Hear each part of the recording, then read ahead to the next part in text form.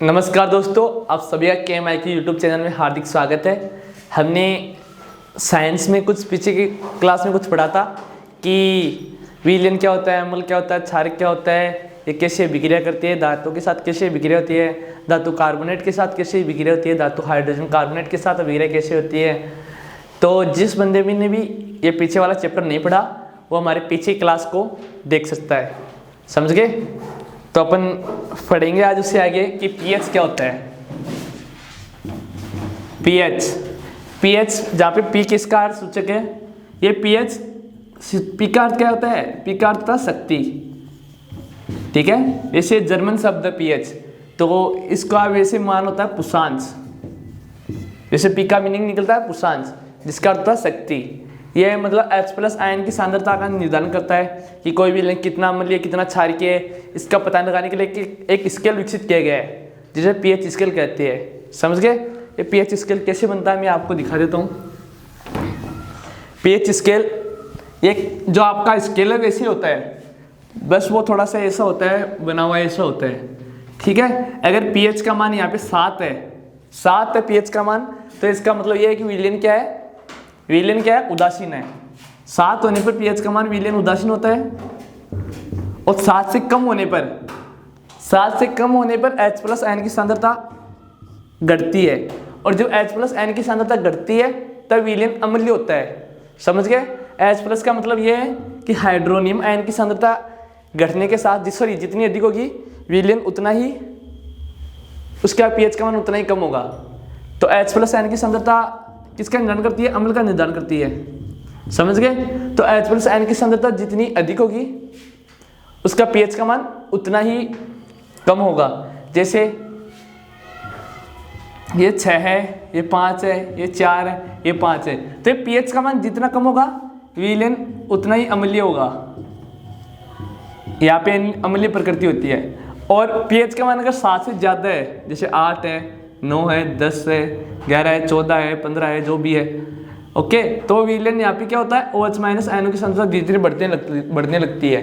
तो ये विलयन क्या होता है, ये क्षारकीय होता है। तो कोई विलयन कितना अम्लीय कितना क्षारकीय है इसका पता लगाने के लिए एक स्केल विकसित किया गया है जिसे पीएच स्केल कहते हैं, जहाँ पे पी का अर्थ था पुषांश, जो एक जर्मन शब्द है जिसका अपन हिंदी में मीनिंग लेती है शक्ति।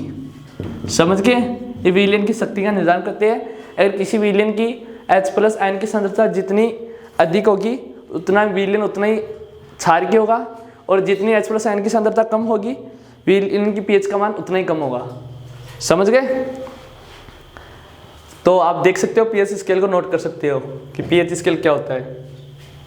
तो आप समझ गए होंगे कि विलयन अम्लीय कब होगा, क्षारकीय कब होगा।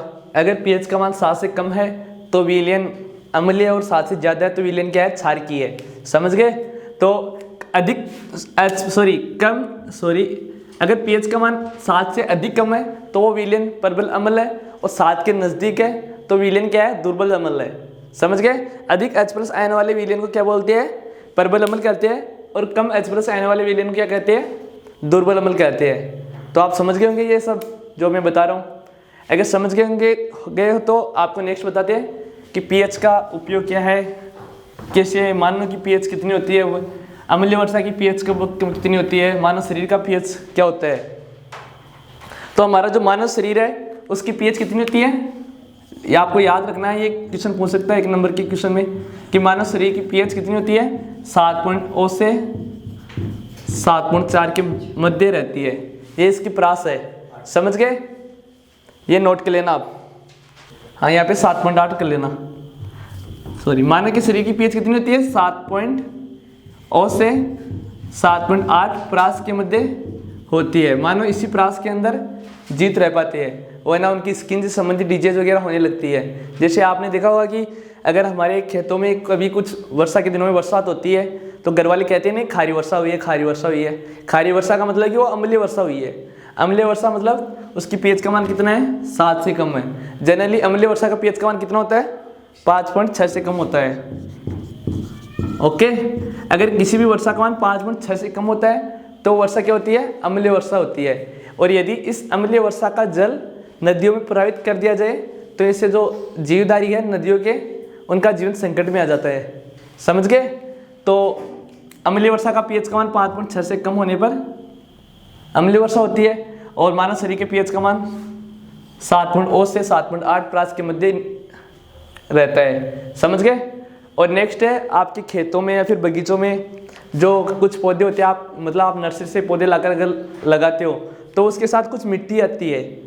तो वो मिट्टी इसलिए आती है ताकि वो अपना अनुकूल बनाए रखे, क्योंकि पीएच हर मिट्टी की अलग अलग पीएच होती है। जिस मिट्टी की पीएच ठीक ठाक होती है, मतलब क्षार की ना अम्लीय होती है, तो वहाँ पे पेड़ पौधे जल्दी लगते हैं। तो आपने देखा होगा कि अगर आप कोई पौधे लगाए अपने घर पे या फिर बगीचे में, तो कुछ पौधे थोड़े दिनों बाद में सूख जाते हैं, तो उसकी पीएच उसके अनुकूल नहीं होती, तो इसलिए वो नहीं लग पाते, उस परिस्थिति के अनुकूल नहीं रह पाते।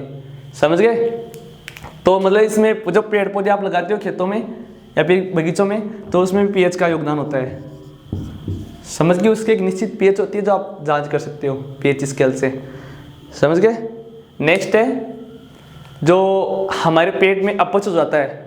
अपच मतलब एसिडिटी हो जाती है। आपने देखा होगा कि घर वाले बोलते हैं यार जो जानवर बकरी वगैरह भेड़ वगैरह होती है उनको भी एसिडिटी होती है, फिर अपन इनो का उपयोग करते हैं, इनो वगैरह का। तो हमारे जो उदर है, उदर मीन्स पेट, जो हमारा पेट है उसमें एक हाइड्रोक्लोरिक एसिड होता है। अगर आपने हमारी जो बायोलॉजी क्लास है 5 नंबर की, उसमें बता रखा है सर ने कि अपच कैसे होती है। तो हमारा शरीर है, उदर है, वो एक अम्ल छोड़ता है जिसे कहते हैं हाइड्रोक्लोरिक अम्ल। और आपको पता है अम्ल इतना शक्तिशाली होता है कि वो किसी भी चीज़ को गला सकता है। लेकिन ये क्या होता है, ये हमारे शरीर के लिए लाभदायक होता है। समझ गए। तो ये क्या करता है, जटिल कार्बनिक पदार्थों को ये सरल कार्बनिक पदार्थों में तोड़ देता है, इसका ये कार्य है। लेकिन बाय द वे अगर इसकी मात्रा ज़्यादा हो जाती है ना, एक निश्चित मात्रा होती है, इनकी निश्चित प्रयास होती है, तो इससे ज़्यादा होने पर अगर इसकी मात्रा हमारे पेट में ज़्यादा हो जाएगी तो दिक्कत तो करेगा ही ना। अगर आपके शरीर में किसी भी चीज़ की शरीर में या फिर बाइक वगैरह आप चलाते हो, तो अगर आप इसको ज़रूरत से ज़्यादा भगाते हो तो वो तेल वगैरह उसी अनुसार लेती है अपने। तो इसी प्रकार जब HCl अम्ल की सांद्रता, हाइड्रोक्लोरिक अम्ल की सांद्रता अगर बढ़ जाती है, जिससे हमारे पेट में जलन वगैरह, दर्द वगैरह, पीड़ा वगैरह होने लगती है, आपकी भी हुई होगी शायद। तो इसके लिए घर वाले क्या करते हैं, हमें MgOH का होल्टवाइस नाम का एक पदार्थ देते हैं, जिसे मिल्क ऑफ मैग्नीशिया भी कहते हैं। ये याद रखना कि मिल्क ऑफ मैग्नीशिया क्या होता है। मिल्क ऑफ मैग्नीशिया किसे बोलते हैं, मैग्नीशियम हाइड्रोक्साइड बोलते हैं। तो ये किस प्रकृति का होता है, ये क्षार की प्रकृति का होता है। तो हमारे पेट में किसकी मात्रा अधिक है, अम्ल की मात्रा अधिक है। तो हमने क्या लिया, क्षारक लिया। और क्षारक क्या होता है, और जब हमने पिछली क्लास में पढ़ा था कि अम्ल और क्षार मिलकर किसका निर्माण करते हैं, लवण और जल का निर्माण करते हैं, जिससे हमें क्या मिलता है, राहत मिलती है। इस मिल्क ऑफ मैग्नीशिया की जगह आप किसी भी अन्य चीज़ का भी उपयोग कर सकते हैं, दुर्बल क्षार का उपयोग कर सकते हैं, जैसे मैग्नीशियम हाइड्रोक्साइड है या फिर बेकिंग सोडा वगैरह है, तो उसका भी उपयोग कर सकते हो आप इसके स्थान पर। समझ गए। घर वाले दूध पीने की सलाह देते हैं हमको, क्योंकि उसका वो दूध कैसा होता है, क्षार की प्रकृति का होता है थोड़ा। वो आपने देखा होगा कि दूध की भी प्रास 7 से 7.4 के मध्य फुटअप होती है। तो दूध का भी काम हो सकता है अपच को दूर करने में। समझ गए। तो दोस्तों अपन नेक्स्ट पढ़ेंगे दंत क्षरण। दंत क्षरण क्या होता है, आपको इस नाम से कुछ पता चल रहा होगा। क्षरण नाम दिख रहा है आपको। क्षरण का अर्थ होता है क्षय होना, मतलब दांतों का क्षय होना। मतलब कि जो हमारे जो दांत है, ये जो दांत है, इन पे जो इनेमल होता है वो हमारे शरीर का सबसे कठोर पदार्थ होता है। सबसे कठोर पदार्थ होता है जो किसका बना होता है, सबसे कठोर पदार्थ जो किसका बना होता है, कैल्शियम फास्फेट का बना होता है। तो जब हम खाना खाते हैं तब हम ढंग से मुंह साफ नहीं करते, तो जो कुछ बैक्टीरिया होते हैं वो मतलब जो अम्ल का उत्पादन करते हैं। अम्ल का उत्पादन मतलब समझ रहे हो कि अम्ल का उत्पादन करने से क्या हो जाता है, तो दांतों का pH मान वो 5.5 से कम होने लगता है। और अगर कोई भी pH का मान 5.5 से कम हो रहा है तो इसका मतलब क्या है, विलेन क्या है, अम्लीय है, या फिर जो दांत है अम्लीय है। तो इससे क्या होता है, धीरे धीरे दांतों का क्षरण होने लगता है। तो इसीलिए अपन क्या करते हैं, क्षार के प्रकृति के टूथपेस्ट का इस्तेमाल करते हैं। क्षार के प्रकृति के टूथपेस्ट का इस्तेमाल करते हैं, जिससे क्या होता है, ये क्षारक हो गया और ये अम्ल हो गया, ये दोनों मिलकर किसका निर्माण करते हैं, लवण और जल का निर्माण करते हैं। मैंने आपको उदासीनीकरण विज्ञान में बताया था कि जब हम टूथपेस्ट करते हैं तो टूथपेस्ट करने के पश्चात या टूथपेस्ट करने के पहले हमने अगर छाछ, लस्सी, दही वगैरह खाया है, कोई खट्टा पदार्थ खाया है, तो मुंह का जो स्वाद है वो कैसा हो जाता है, थोड़ा लवणीय हो जाता है। तो इसीलिए होता है क्योंकि अम्ल और क्षार मिलकर किसका निर्माण करते हैं, लवण और जल का निर्माण करते हैं। तो इसीलिए हमारा जो स्वाद है वो मुंह का बिगड़ जाता है। तो हम क्या करते हैं, इस पीएच के मान को बचाए रखने के लिए, और ये कैल्शियम फॉस्फेट है, इसको सुरक्षित रखने के लिए क्या करते हैं हम, क्या करते हैं, अच्छी दंत मंजन से या क्षार की प्रकृति के दंत मंजन से करके बैक्टीरिया को हटाते हैं और दांतों के एनिमल को एकदम सेफ रखते हैं। समझ गए होंगे आप। नेक्स्ट है चींटी का डंक। चींटी के डंक या फिर जो नेटल का पौधा होता है, आपने देखा होगा नेटल के पौधे को अगर हम छूते हैं तो छूने से हमें कुछ जलन अनुभव होती है, या फिर जब चींटी हमें काटती है तो हमें जलन महसूस होती है। चींटी आपको सभी को काटी होगी, नहीं काटी तो कटवा लेना। समझ गए। तो जो चींटी होती है वो कौन सा अम्ल छोड़ती है, मेथनोइक एसिड छोड़ती है। तो मेथनोइक एसिड हमारे शरीर में जाकर जलन का जो पदार्थ हो वगैरह छोड़ता है, जिससे हमें जलन महसूस होने लगती है या पीड़ा होती है। तो इससे बचने के लिए हम अम्ल वगैरह, बेकिंग सोडा वगैरह आदि का इस्तेमाल करते हैं। आपके घर वालों में आपके घर वाले उपचार के लिए आपको ये सुविधा अवश्य दिए होंगे। ठीक है। तो ये हो गया पीएच का उपयोग और पीएच कैसे काम करती है, या फिर जो दंत चरण कैसे होता है, जो पेट में अपच कैसे होती है, उसका निस्तारण कैसे होता है, अम्लीय वर्षा कैसे होती है, ये सब हमने इसी क्लास में पढ़ लिया है। नेक्स्ट हम पढ़ेंगे लवणों का पीएच। हेडिंग डालें ना, लवणों का पीएच। तो लवणों का पीएच क्या होता है।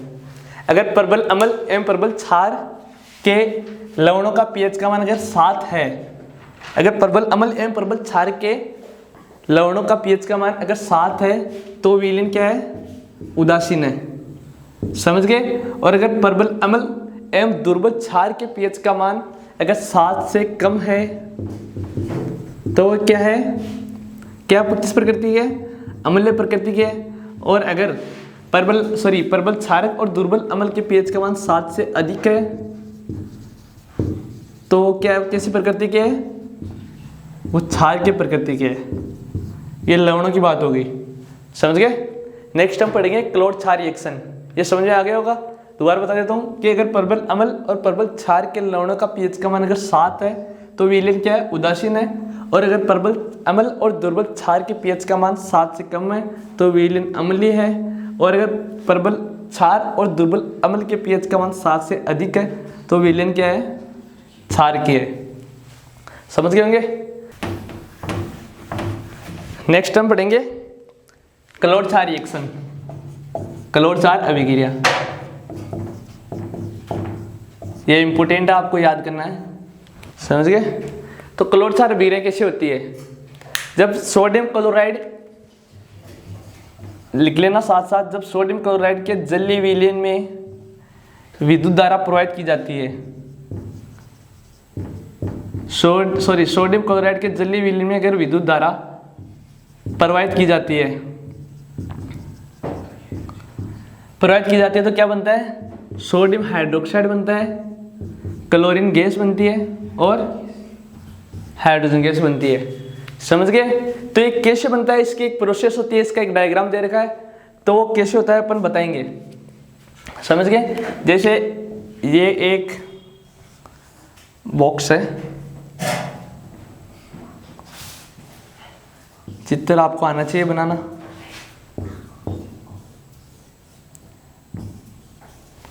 समझ गए। और इसके अंदर क्या लगे हुए हैं, एनोड और कैथोड लगे हुए हैं।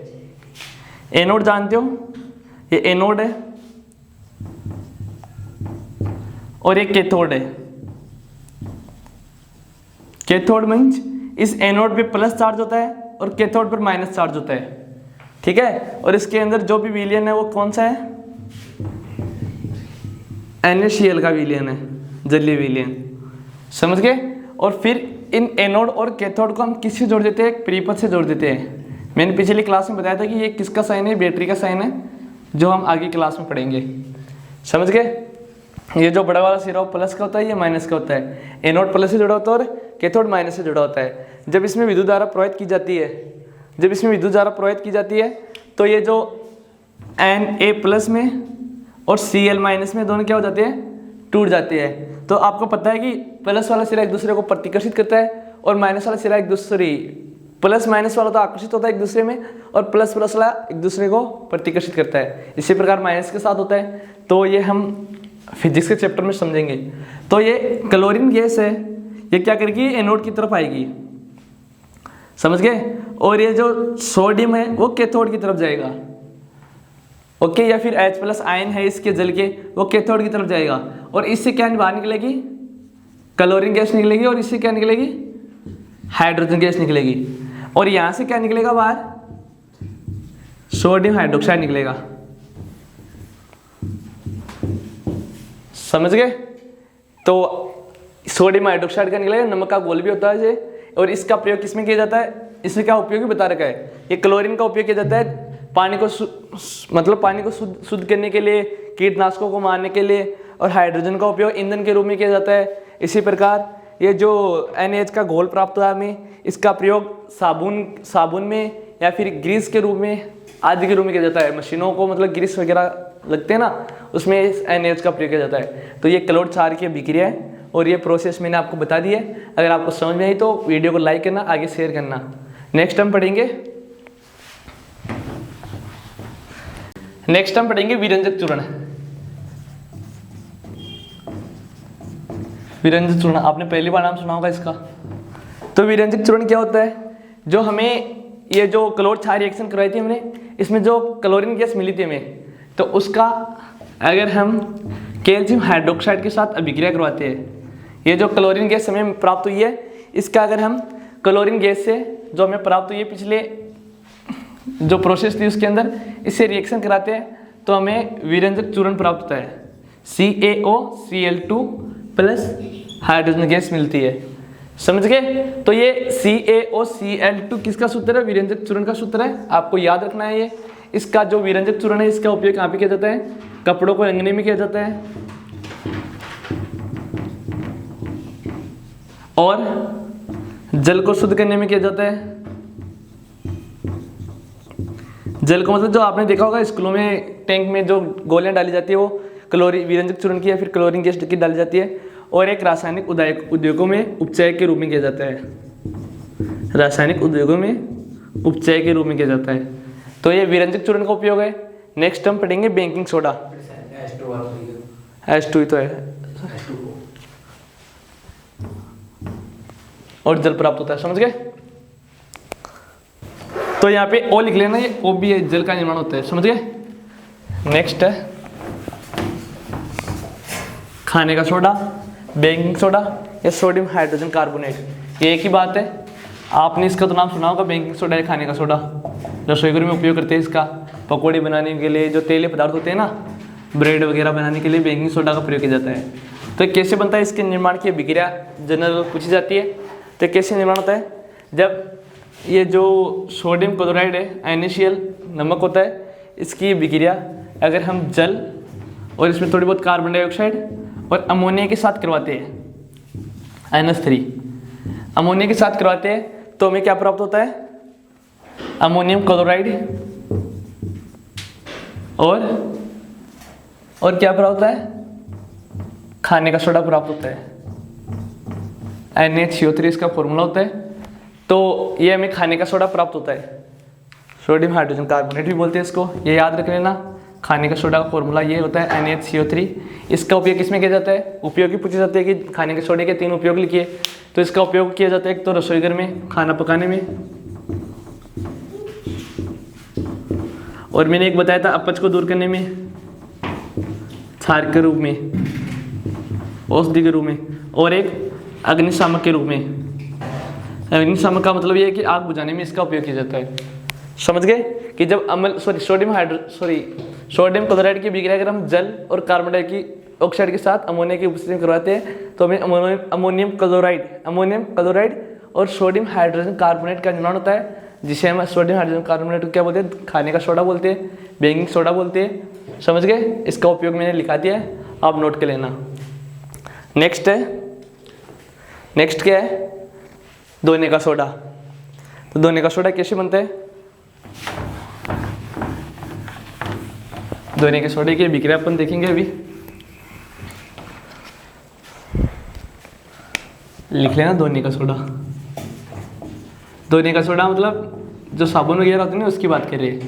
तो इसका मतलब यह है कि जब सोडियम कार्बोनेट की विक्रिया Na2CO3 की रिएक्शन, सोडियम कार्बोनेट की विक्रिया अगर हम जल के 10 अणु के साथ करवाते हैं, सोडियम कार्बोनेट की विक्रिया अगर हम जल के 10 अणु के साथ करवाते हैं, मतलब जल के 10 अणु लेना हमें, तो हमें क्या प्राप्त होता है? Na2CO3.10H2O प्राप्त होता है। ये किसका फॉर्मूला है? ये धोने का सोडा का फॉर्मूला, याद रखना। समझ गए? तो जब सोडियम कार्बोनेट की विक्रिया अगर हम जल के साथ करवाते हैं, जल के 10 अणु के साथ, तो किसका निर्माण होता है? सोडियम कार्बोनेट .10H2O का निर्माण होता है। तो ये क्या है? धोने का सोडा है। इसका उपयोग किसमें किया जाता है? घरों की साफ सफाई में, जल की कठोरता, जो कठोर जल होते हैं उनको मृदु करने में, और कांच उद्योगों में किया जाता है। लिख लेना इसका उपयोग। एक तो घर की सफाई में, कपड़े वगैरह धोने में, फिर घर की सफाई में। समझ गए? और एक और बताइए। और कांच उद्योगों में, उद्योग कांच या फिर उद्योगों में इसका उपयोग किया जाता है। और एक किसमें किया जाता है इसका उपयोग? जल की कठोरता को हटाने में, या जल को मृदु करने में, या फिर कठोरता दूर करने में। तो ये इसका उपयोग हो गया।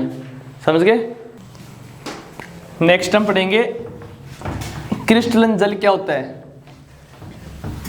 क्रिस्टलन जल किसे कहते हैं? कि लवण के 170 इकाई आयतन में जल के निश्चित अणु की संख्या क्या कहते हैं? क्रिस्टलन जल कहते हैं। तो क्रिस्टलन जल किसे कहते हैं? लवण के 170 इकाई में निश्चित जल के अणु की संख्या क्या कहते हैं? लिख लेना डेफिनेशन कि लवण के 170 इकाई में उपस्थित जल के अणुओं की संख्या क्या कहते हैं? क्रिस्टलन जल कहते हैं। जैसे CaSO4.2H2O। तो ये CaSO4 क्या है? Calcium sulphate .2H2O। ये किसका सूत्र है? जिप्सम का सूत्र है। तो इसमें ये जो CaSO4 है वो क्या है? एक लवण है। तो इसके साथ ये दो जो अणु जल के जुड़े हुए हैं, ये क्या है? क्रिस्टलन जल का काम कर रहा है। तो ये CaSO4.2H2O किसका फॉर्मूला हो गया? जिप्सम का फॉर्मूला हो गया, जो आपको याद रखना है। और अगर हम इस जिप्सम को 373 केल्विन ताप पर अगर हम गर्म करेंगे इसको, तो क्या प्राप्त होगा हमें? CaSO4.12H2O प्राप्त होगा। ठीक है, जिसे अर्धहाइड्रेट भी बोलते हैं। समझ गए? कैल्शियम सल्फेट का अर्धहाइड्रेट भी बोलते हैं इसे, कि जब हम कैल्शियम सल्फेट के दो अणुओं की विक्रिया 373 केल्विन ताप पर करवाते हैं, तो हमें क्या प्राप्त होता है? CaSO4 और .12H2O प्राप्त होता है। और जब इसकी विक्रिया, ये जो CaSO4 है ना .12H2O, अगर हम इसकी विक्रिया, मैं सही से लिख देता हूँ, अगर इसकी विक्रिया, इसे ही क्या बोलते हैं? इसे प्लास्टर ऑफ पेरिस बोलते हैं। लेकिन इसे POP बोलते हैं। इसको शॉर्ट नाम है POP, मतलब प्लास्टर ऑफ पेरिस। ठीक है, प्लास्टर ऑफ पेरिस का सूत्र क्या होता है? CaSO4.12H2O। तो अगर हम इसी CaSO4.12H2O की विक्रिया अगर हम जल के 1.5 अणुओं के साथ करवाते हैं, तो हमें दोबारा क्या मिल जाता है? जिप्सम प्राप्त होता है। और ये प्लास्टर ऑफ पेरिस किससे प्राप्त होता है? कि जब हम कैल्शियम सल्फेट के दो अणुओं को अगर हम 373 केल्विन ताप पर गर्म करते हैं, तो हमें क्या प्राप्त होता है? प्लास्टर ऑफ पेरिस प्राप्त होता है। ठीक है, और जब प्लास्टर ऑफ पेरिस की विक्रिया हम जल के 1.5 अणु के साथ करवाते हैं, 1 से 1/2 अणु के साथ, तो हमें दोबारा जिप्सम प्राप्त होता है। इस प्लास्टर ऑफ पेरिस का उपयोग किसमें किया जाता है? घर की सजावट में। पता आपके घरों में POP का प्रयोग किया जाता है। POP बोलते हैं हमारे घर वाले। POP घर की सजावट में, या फिर जो डॉक्टर जो प्लास्टर वगैरह करते हैं ना, प्लास्टर बोलते हैं, प्लास्टर किया है यार, मेरी हड्डी टूट के प्लास्टर हुआ है, तो प्लास्टर करते हैं तो पहले एक ये जो सफेदी जैसा होता है वो कुछ पदार्थ की पॉलिश करते हैं। वो क्या करता है? वो जल से विक्रिया करके कठोर जिप्सम का निर्माण करता है। जो ये POP है ना, जब डॉक्टर POP करता है या फिर हमारे घरों में POP होती है, तो वो क्या करती है? वो जो आसपास में जो नमी वगैरह है उससे रिएक्शन करके कठोर पदार्थ जिप्सम का निर्माण करती है। समझ गए? कुछ ही सेकंड के अंदर अंदर यह विक्रिया हो जाती है। समझे? तो घर की सजावट में और टूटी हुई हड्डियों को जोड़ने में किया जाता है। समझ गए। और इसका उपयोग खिलौने बनाने में किया जाता है, ठीक है। तो घरों में एक सजावट के रूप में या फिर दीवार को चिकना वगैरह करने के लिए टूटी हड्डियों को जोड़ने के लिए और खिलौने बनाने के लिए इसका उपयोग होता है। और ये काफ़ी तेज गति से बिखरी होती है। तो ये चैप्टर पूरा हो गया, समझ गए। अगर आपको ये क्लास समझ में आई या फिर पिछला सेशन या फिर जो भी समझ में आया तो क्लास को लाइक करें, शेयर करें, अपने दोस्तों को बताइए कि एक KMIQ नाम से चैनल है, उसको सब्सक्राइब करिए यार। वहाँ पे सब कुछ पढ़ाया जा रहा है, वो भी एकदम निःशुल्क और एकदम टॉपिक वाइज, कोई भी चीज़ छोड़ी नहीं जा रही। जो भी इम्पोर्टेंट है उसको 2-3 बार हम हाईलाइट करके आपको समझा रहे हैं। और जब एग्ज़ाम होगी हाफ ईयरली और ईयरली एग्ज़ाम, तब हम एकदम अच्छी तरीके से आपकी टेस्ट वगैरह जो भी है एक्सरसाइज वगैरह सब कुछ कराएंगे।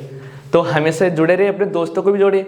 और भी हमारे यहाँ पे सीनियर टीचरों की क्लास लगेगी, बस थोड़ा हम काम कर रहे हैं हमारी इसी कारण हमारी 2-3 दिनों से पहले क्लास भी हमने नहीं डाली थी, क्योंकि हम कुछ काम कर रहे हैं। हम अभी फील्ड में हम मतलब लोगों को जोड़ रहे हैं, लोगों को बता रहे हैं, और टीचर वगैरह भी हम ढूंढ रहे हैं अभी। तो और सब्जेक्ट की क्लास भी लगेगी हमारे यहाँ पर।